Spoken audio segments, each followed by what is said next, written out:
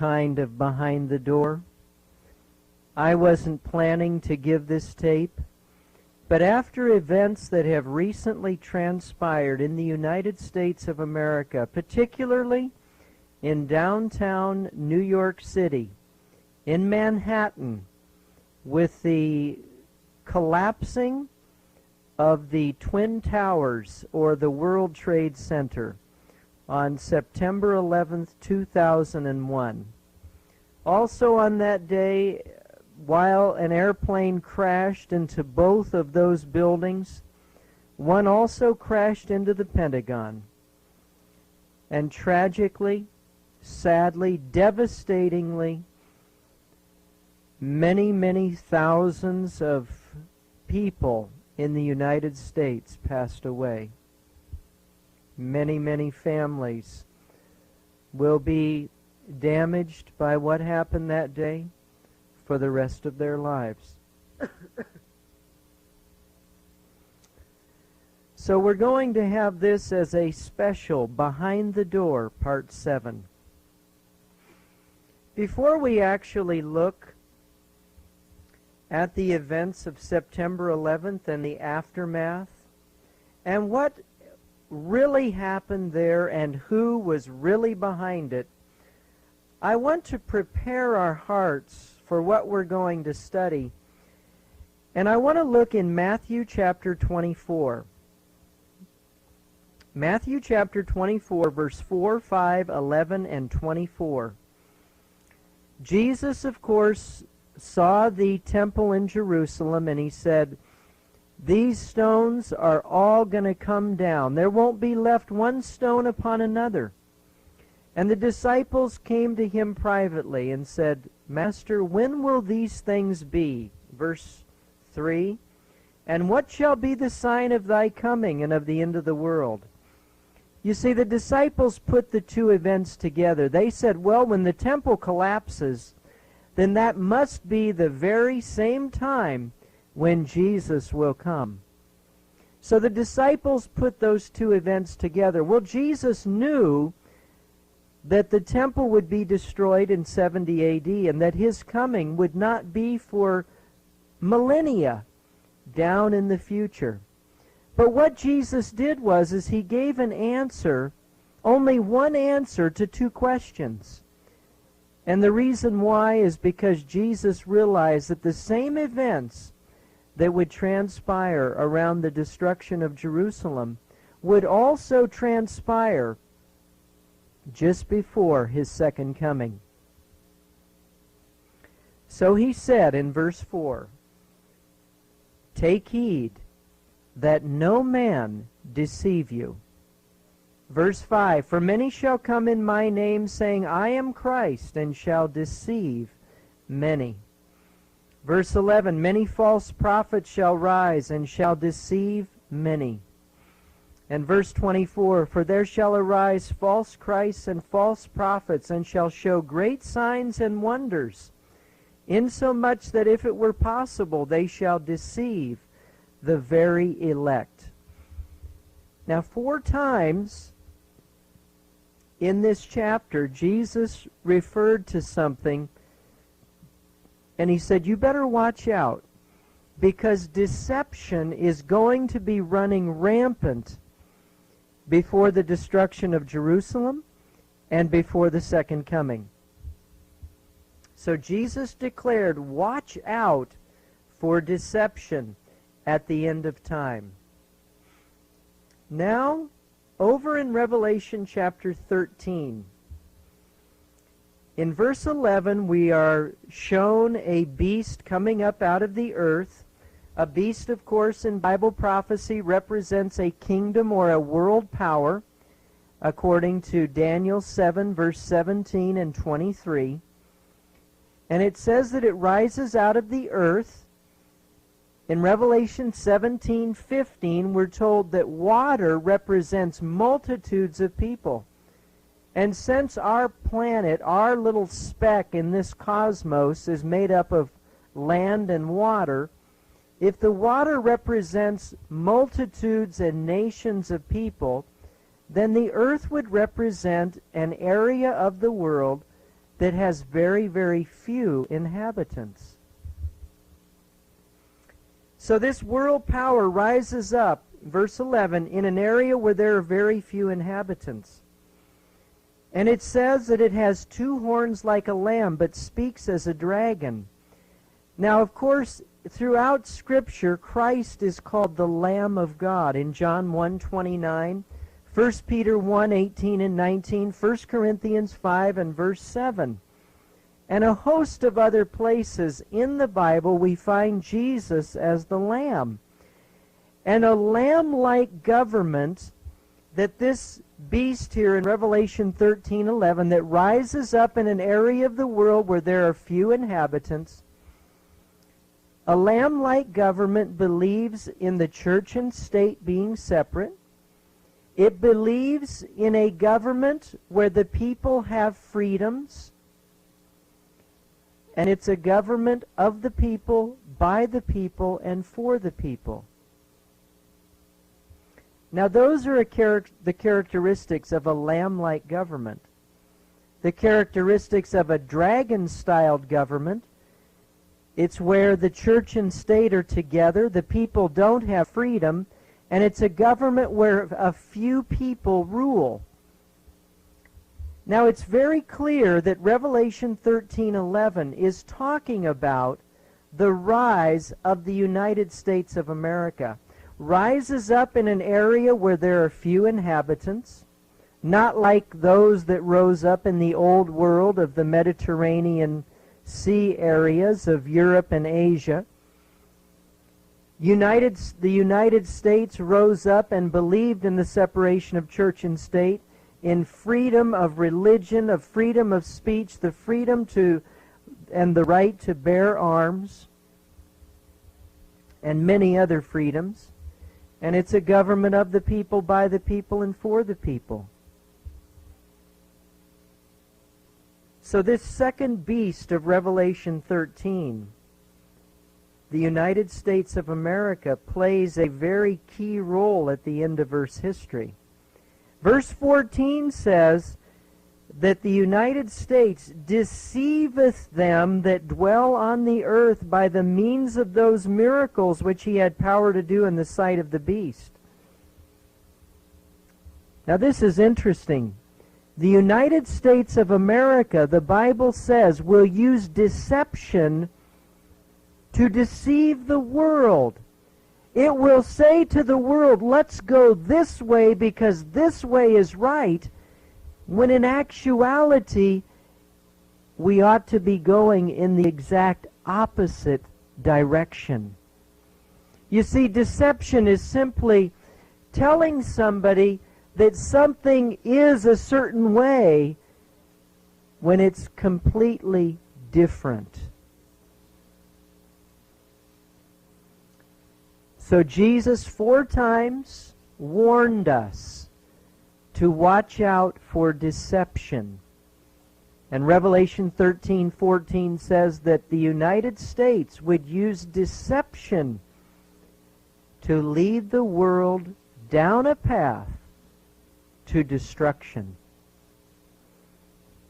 Now I know those are not easy words to take. I'm an American, born and raised. I love this country. I'm patriotic through and through. But friends, we've got to analyze the facts. We've got a soul to save in our own, plus we have those around us. We have influence over other people. And we need to make sure that where we're standing and what we're saying is true. Now, once again, before we get to what happened September 11, 2001, I want to look at one other item with you. I want to talk with you, share with you a few things that I have learned about an organization that's very secretive in the United States. It was founded right after World War I. It was called, and it is called, the Council on Foreign Relations. If you go to the internet and plug in Council on Foreign Relations and look up all the various places on the internet concerning this group, you will find a tremendous amount of material. I'm not pulling this out of the dark in some secret corner. It's right there on the internet waiting for you to study it out. This is some of what I found on the internet concerning the Council on Foreign Relations. It was started about 1921, right after World War I, for one purpose, and one purpose only. The Council on Foreign Relations was started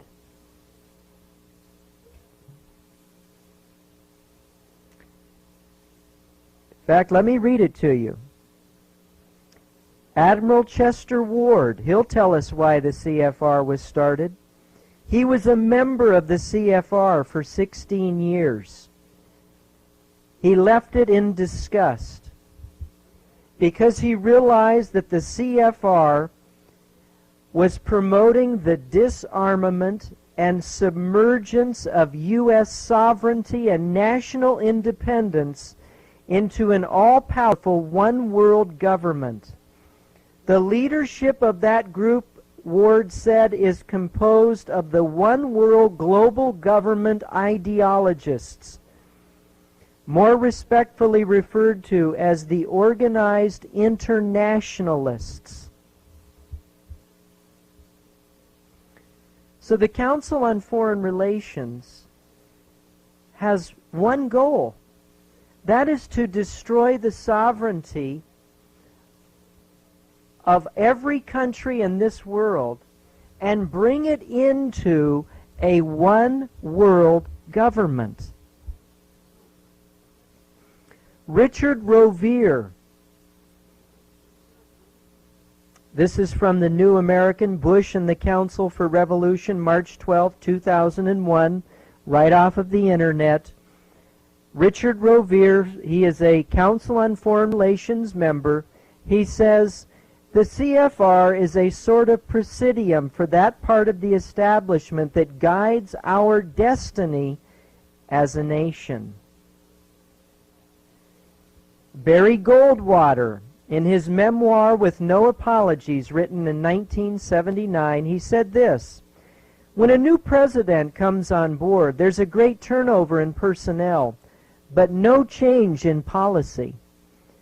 During the Nixon years, Kissinger, a CFR member, was in charge of foreign policy. When Jimmy Carter was elected, Kissinger was replaced by Zbigniew Brzezinski, a CFR member and a David Rockefeller protege. So you see, what this man is simply, what Barry Goldwater said is that Richard Nixon had Henry Kissinger as his foreign policy maker. Kissinger was a part of the CFR. When Nixon left office and Jimmy Carter came in, of course, after Gerald Ford was in for a short time, Kissinger was replaced by Brzezinski, but he also was a CFR member, so the foreign policy didn't change, even though one was a Republican, Nixon, and one was a Democrat in Jimmy Carter. The point is this: the CFR here in the United States is determined to bring the United States into a one-world political system, economic system, and religious system. That is the purpose of the CFR. And you say, well, why was it brought in 1921? For this very reason. The goal of the elite groups of the earth for World War I was simply this: they wanted to create a League of Nations. But after World War I, Woodrow Wilson's attempt to establish a League of Nations was torpedoed by a man in the Congress by the name of Henry Cabot Lodge. He said, no, we don't want to get to be a part of the League of Nations. That will destroy our sovereignty as the United States of America. And so America did not get involved in the League of Nations. So the Council on Foreign Relations then was formed to try to get America involved in a one-world global system of government. They failed after World War I. World War II was fought with the sole intention, among other things, of getting the United States involved in the United Nations, which was simply a continuation of the idea of the League of Nations. So World War II solved in America what we failed to do after World War I in getting involved in the League of Nations. Now, who's involved in this group? Who is it that's trying to get America involved in this global one-world system? I'd like to read a little bit to you about some of the people. They're people that are in the major political positions. They decide American foreign policy. They're involved in banking. They're involved in media. They're involved in business.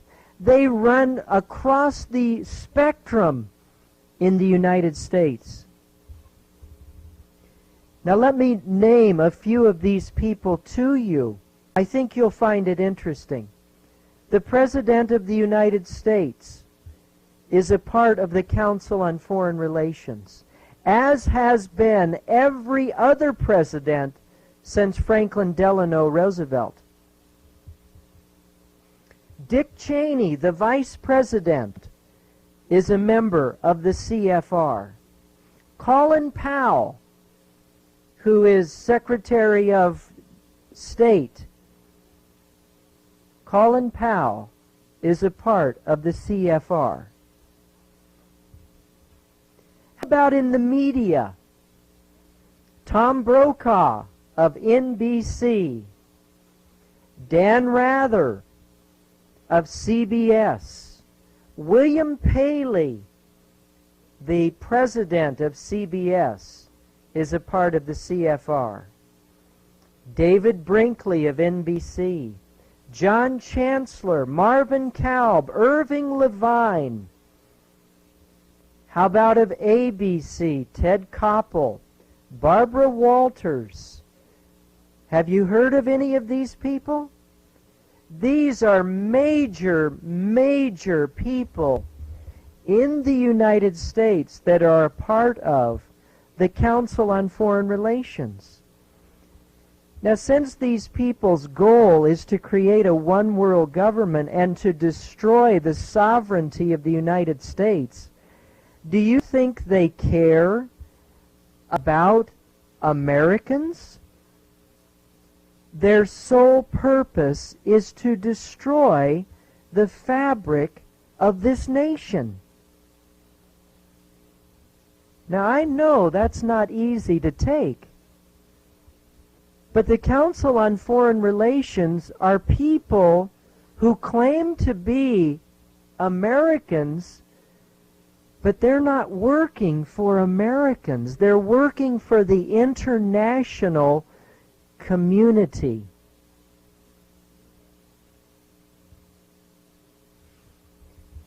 Now, with that in mind, I want you to think now with me about events that have gone on September 11th, 2001. A tragedy like almost none we've ever seen in American history. The World Trade Center, the Pentagon, both hit by airplanes, terrorist attacks, and many, many thousands of lives have been lost. And what we have heard is that the one behind it all is a man in the Middle East, in Afghanistan, by the name of Osama bin Laden. that he is the trigger man in all of this. And we've been told that we need to fight terrorism and that that's our enemy. And you know what? I couldn't disagree with them more. I believe with all my heart that we are being set up.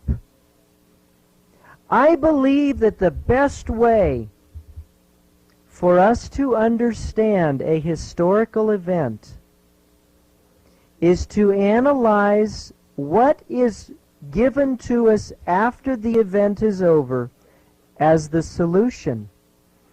If we find the solution that is brought forth for us, then I think we can clearly identify who is behind what really happened September 11th.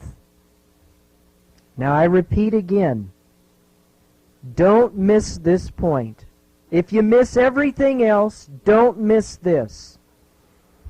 If you want to know who was behind the heinous attack of September 11th, 2001, here on United States soil, the way we can figure it out is by the solutions that have been brought forward,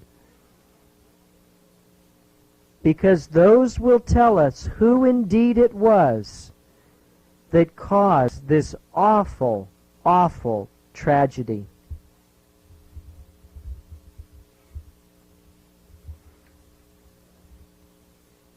Now, in the newsletter we put out here at Truth Triumphant, this was something written August the 5th, and it was sent out to people August the 17th.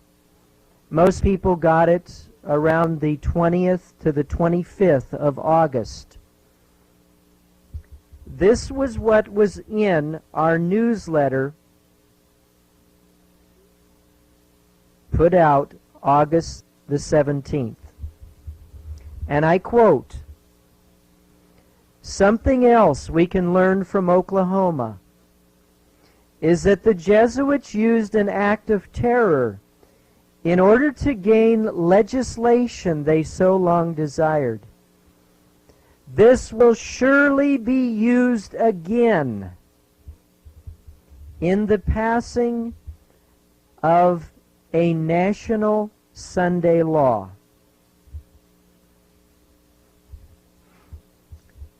I skip down a little bit and I read, "We are repeatedly warned of the possibility of Arab terrorist bombings in America. We're continually warned about Osama bin Laden, the Arab millionaire who has lots of weapon power. We have been conditioned to believe that all recent bombings, the World Trade Center of 1993, Nairobi, Kenya, 1998, and even Oklahoma, had Arabs at work to destroy Americans.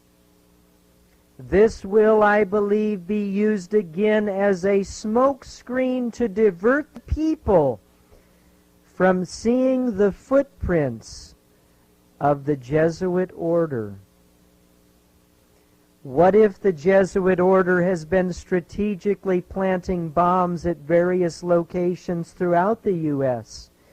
Could this be used if enough damage has been done to engineer oppressive Sunday laws here in America? The Jesuit order has used bombing so many times and so effectively. Could they use them again?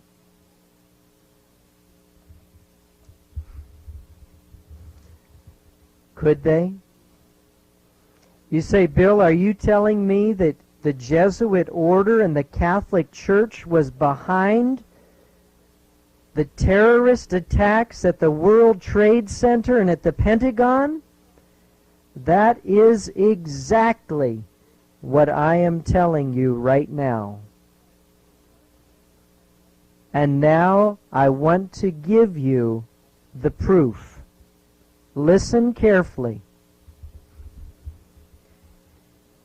In the aftermath of the terrorist attacks, the plane ripping into those buildings, I have gathered from two newspapers, the USA Today and the Orlando Sentinel, and also from the most recent Time magazine that came out. And I'd like to read several statements to you. The first one is taken from the Orlando Sentinel, Wednesday, September the 12th, the day after the bombing. The title of the article was "Tighter Security Means Less Freedom." And I will quote just briefly from the article. Orlando Sentinel. Experts say there is much work to be done, and it will involve much more spending and planning, hardening of key facilities, and perhaps higher taxes and forfeiture of some personal freedoms.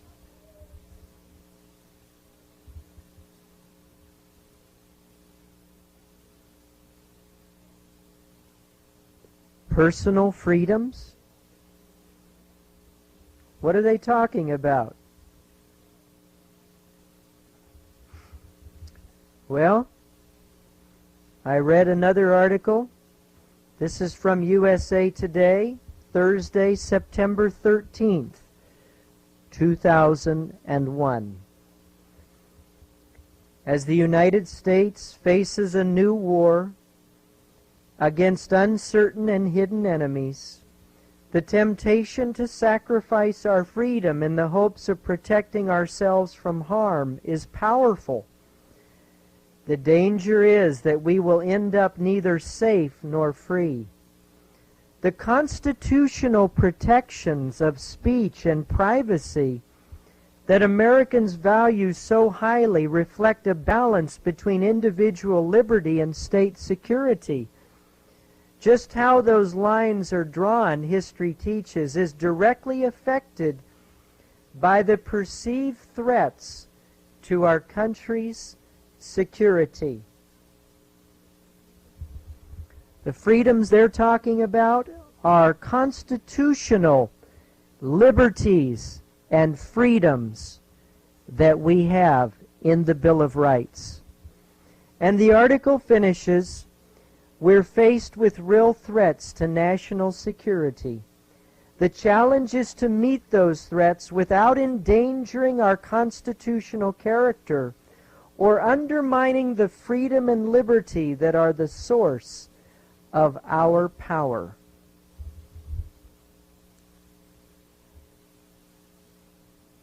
That's the fine line.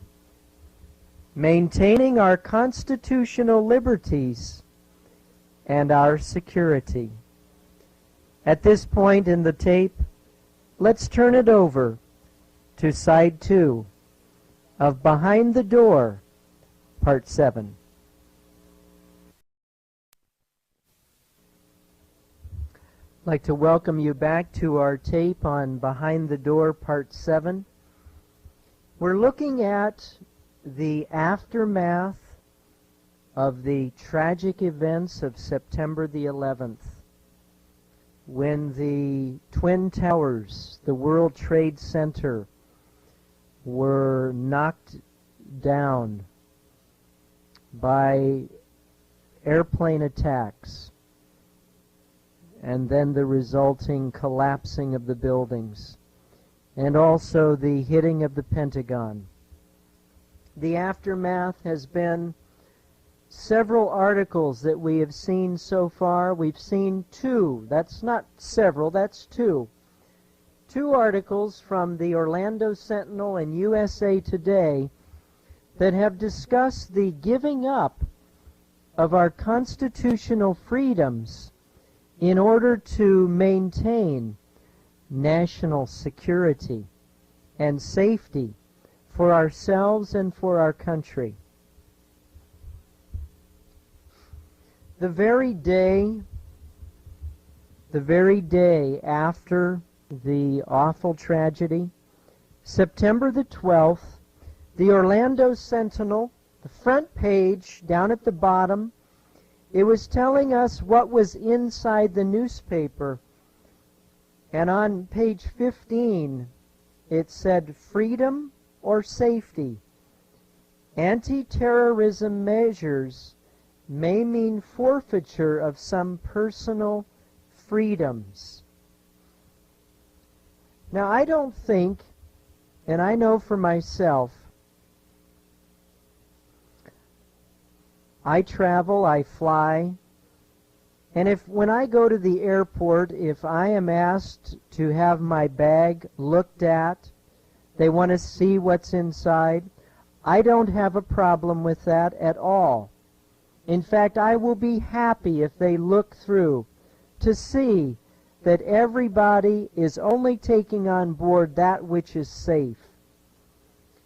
But if we're talking about personal freedoms guaranteed in the Constitution of the United States, then I have a problem.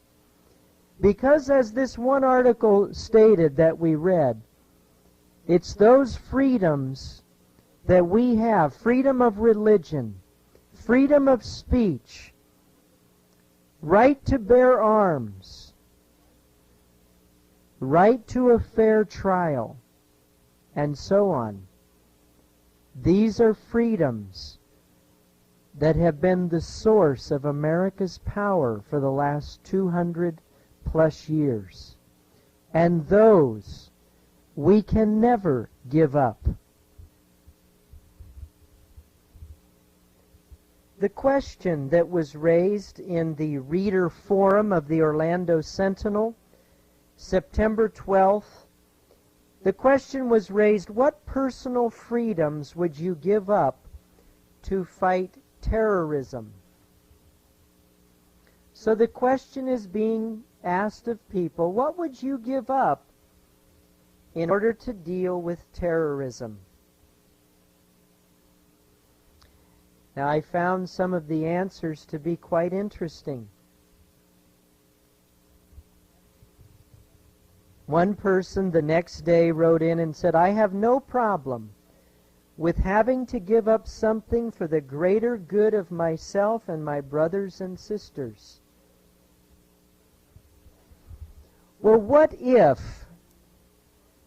the members of the Council on Foreign Relations that run the United States government and control our media, what if they tell us that in order to preserve our safety, we must give up our right to worship God according to the dictates of our own conscience? What if the United States government says that in order for us to be free and safe, we can no longer have freedom of speech, we can no longer have guns, we can no longer have a right to a fair trial? Anytime an individual will seek to destroy the constitutional liberties that we have, under any circumstance, we are not dealing with an American who loves our Constitution. We are dealing with somebody who claims to be American, but who in actuality is working for the internationalists. And in that regard, I'm talking specifically about the Catholic Church, the Jesuit order, the international bankers who want to destroy the Constitution in this country and set up worship on a worldwide scale of the Pope of Rome. Are you ready to do that? That's where we're heading. This individual already said, I have no problem with having to give up something for the greater good of myself. and my brothers and sisters. Another person wrote in, says, as far as the question, what personal freedoms would I give up? Anything I can think of to help thwart another tragedy. We must be extremely careful in our investigation to be completely sure of what our actions might bring. But we must go forth to eradicate the threat and look to our leaders to keep security in all areas a top priority at all times.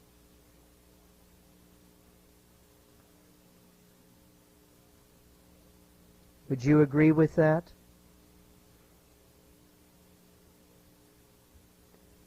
Another person said, there is talk of us losing more of our freedom. If this happens, the terrorists have won. We have the freedom to protect ourselves, or do we?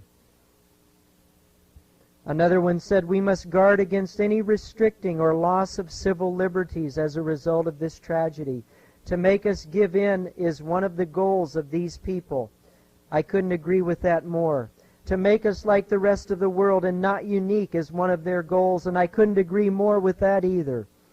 We fight back by maintaining our Constitution and by keeping all our rights intact. I thank God for this response of this gentleman from Kissimmee, Florida, because there's no doubt about it that the people that perpetrated this crime of September 11 have as their one goal the destruction of our freedoms.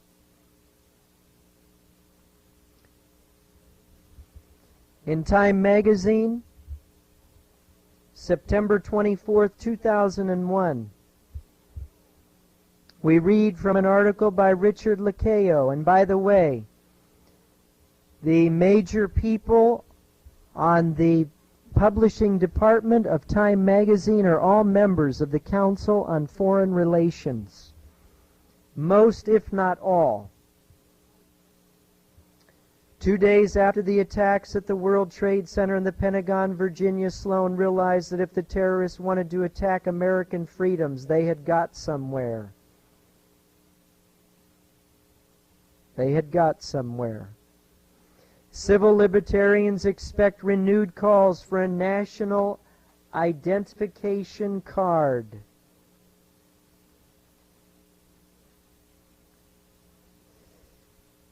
The article continues, and that means storing all the face data collected, something civil libertarians fear will allow the government to track any individual. If systems were set up all over a city, you could be checkpointed by camera when you board a train, stop at a cash machine, enter a store or the place where you work. We're vulnerable, and there's a certain level of risk that we have to accept and live with. Says Morton Halperin, Senior Fellow at the Council on Foreign Relations. If you take both security and civil liberty seriously, you can find solutions that respect individual rights and privacy and still give the intelligence and law enforcement agencies the scope that they need. We had worked that out in terms of airports. Nobody thinks you have the civil liberty to take knives on airplanes. I agree. I don't know who made the decision to let people bring knives on anyway, but it certainly was not the civil libertarians. I would readily agree with that comment as well. As a civil libertarian, I don't believe that a person has the right to take a knife on a plane to hurt somebody else. But we must defend our civil liberties.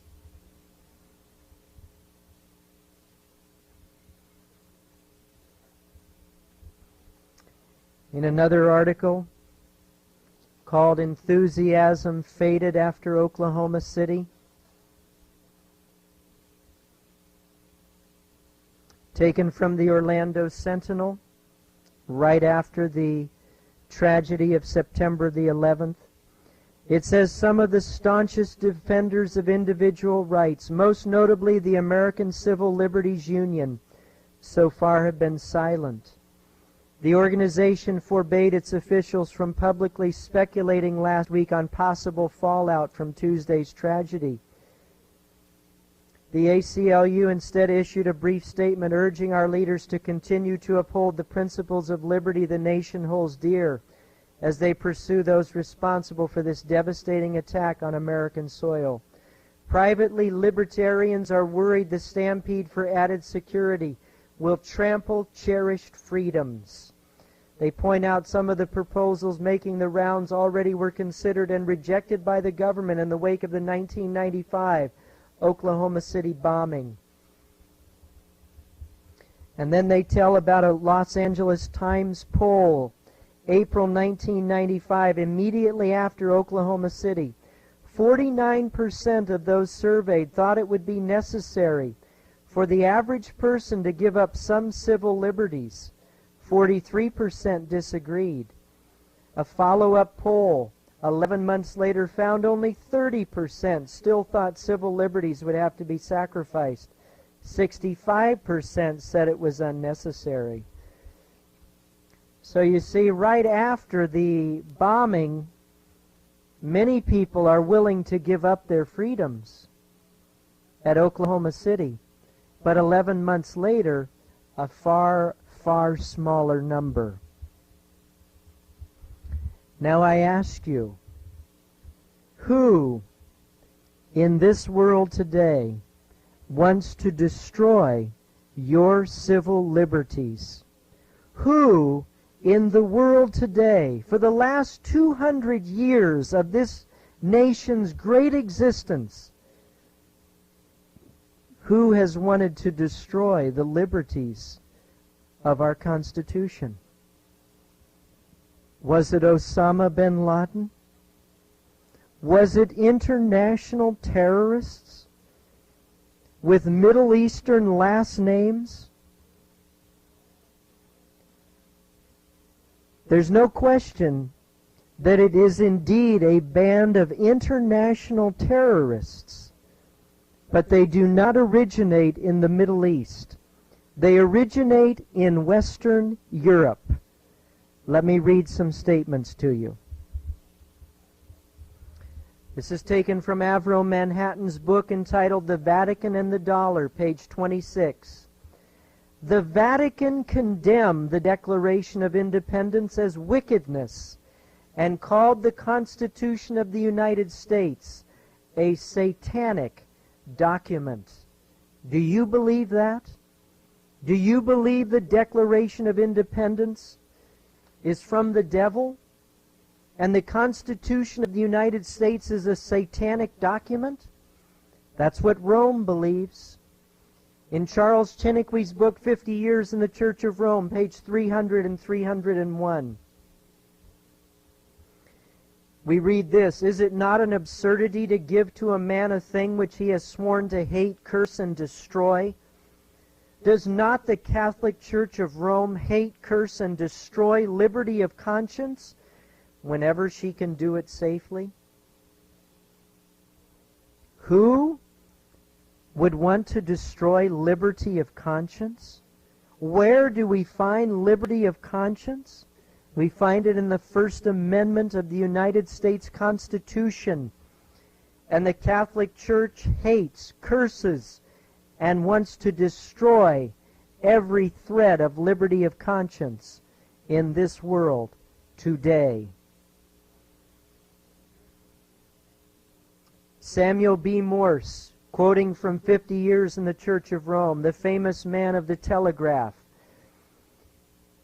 he took travels in 1833 to Europe, and while he was in Rome, he saw that the ecclesiastics of the Church of Rome, under the cloak of a religious mission, were formed against the United States. That there was a conspiracy to destroy this great land. If you don't believe that, then write to me or call me and I'll send you the other 6 tapes on Behind the Door. And you will see from 1815 all the way down to the end of the Civil War and beyond. The Catholic Church has sought, has murdered, has assassinated presidents and other high officials in order to destroy our civil liberties.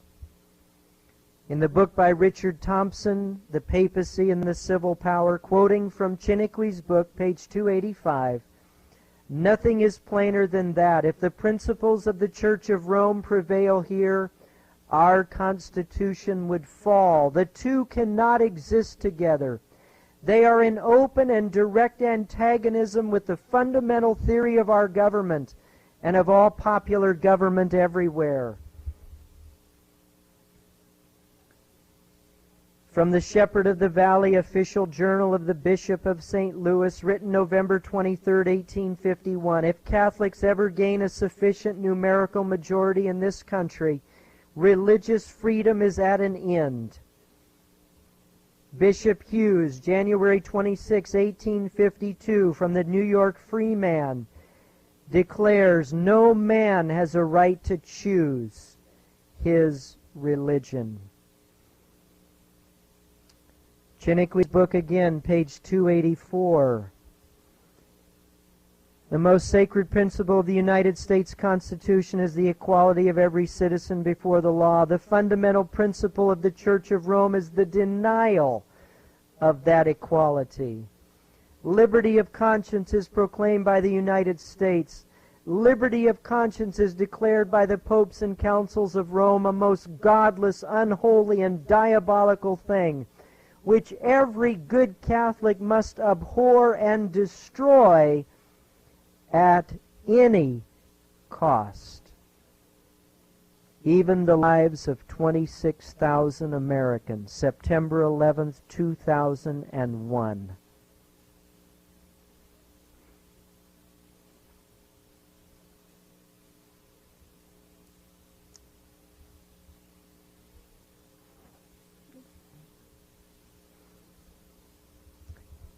Chiniquy's book, page 282. The Catholic priest declared, "We will rule the United States and lay them at the feet of the Vicar of Jesus Christ, that we may put an end to their godless system of education and impious laws of liberty of conscience, which are an insult to God and man." Page 283.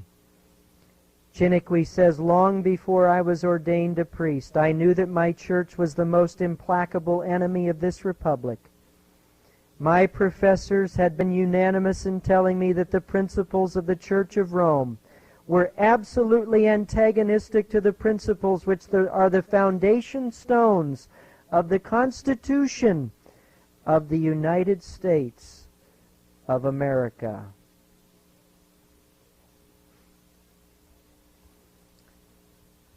I ask you, who was behind what happened September 11th? Who created a problem? Who created devastation on the eastern seaboard of the United States of America? Who caused that tragedy to occur?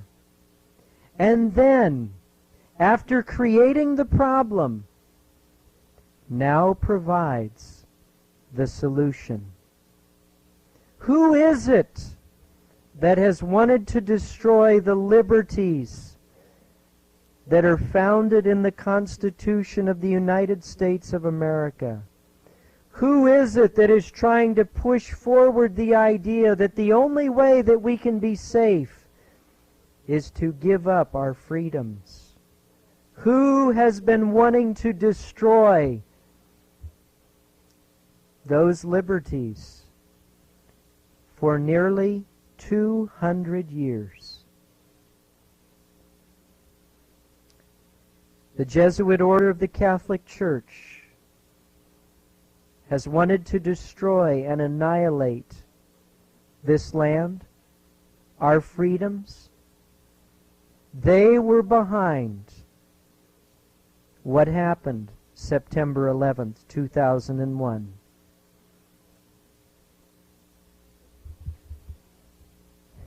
Today we hear of war in Afghanistan, possibly in the Middle East. An extended war, we're told.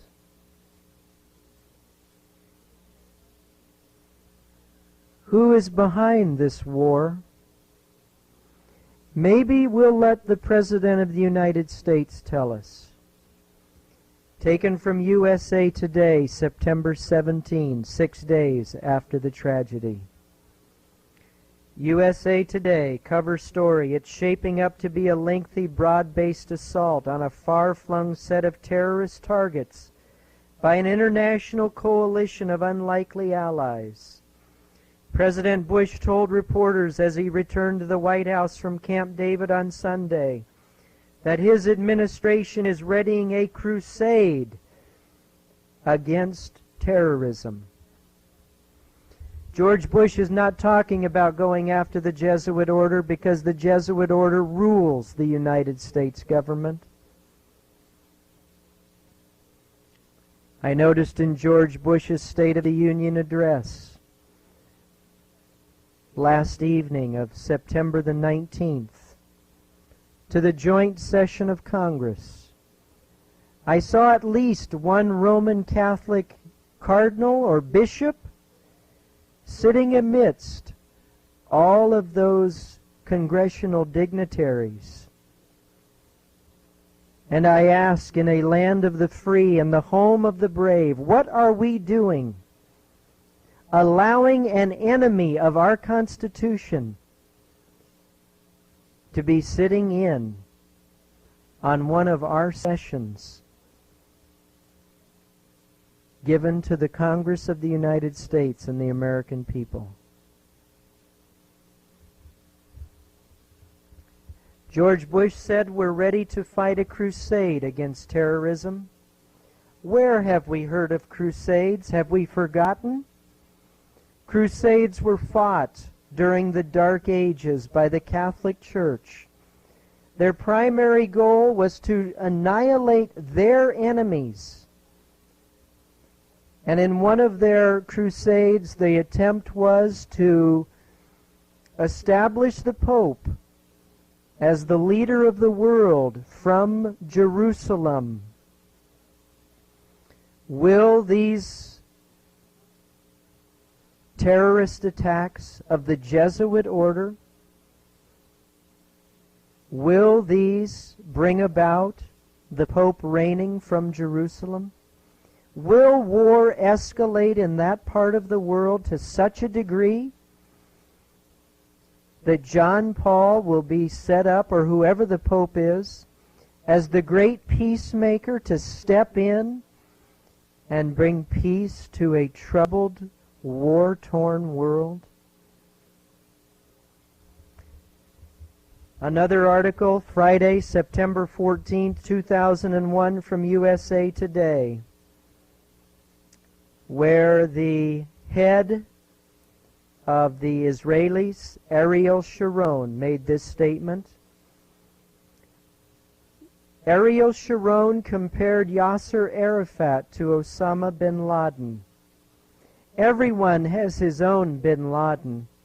Arafat is our bin Laden.